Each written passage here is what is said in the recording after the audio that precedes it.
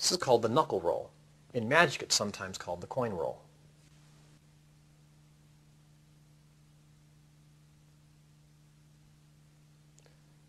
There's not a lot to explain with the coin roll. It's more of a knack than anything else. But this is the basic handling. Place a chip on your thumb. You place it onto your first finger by driving it up the side of your finger. The idea is to get it to balance there. The next finger actually goes up and clips that chip. It's not a thing where it just kind of falls. You literally have the next finger consecutively grab the coin. When you flip it up to the first finger, it does overhang a bit. If you have very small hands, a poker chip might actually be too big for you. This next finger grabs it, flips it over. The next finger grabs it, flips it over. The next finger is prepared to receive it. And it does not flip over the pinky. You actually turn your hand down a little bit. This chip is then received underneath by the thumb, which slides it along all the fingers. Back to the front again. Now when I do this with silver dollars, I go so fast that underneath, when I get to the pinky, I literally toss from here to here, and it goes all the way across in midair to here, and I catch it. So you get the speed up very, very fast. One other thing to note on this effect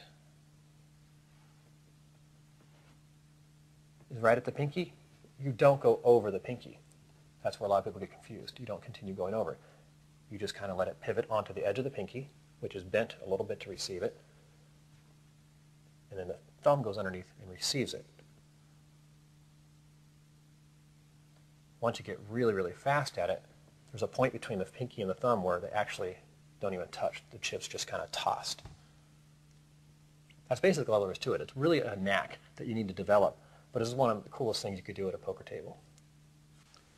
There's a couple advanced techniques I would like to show you with the coin roll, or the knuckle roll. I showed you before how to go forwards. Now I want to give you the basic understanding of how to go backwards.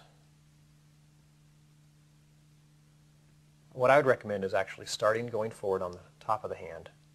Instead of going underneath at the end with your pinky, stop at the pinky and then turn your hand back the other way and go backwards. The same thing as before. Each finger is going to retrieve and grab the chip. So you can go part way and back, all the way down and back. And then when you go around, going backwards from the very beginning is very difficult. From the thumb, getting to the pinky is the challenging spot. You can do the same thing you did before. You're going to slide the chip underneath. You're going to literally stick it up through between the back two fingers to start the process. That's actually the spot that's going to give you most trouble. But actually, once you get it down, it's really fun to have both hands simultaneously be able to go forwards and backwards.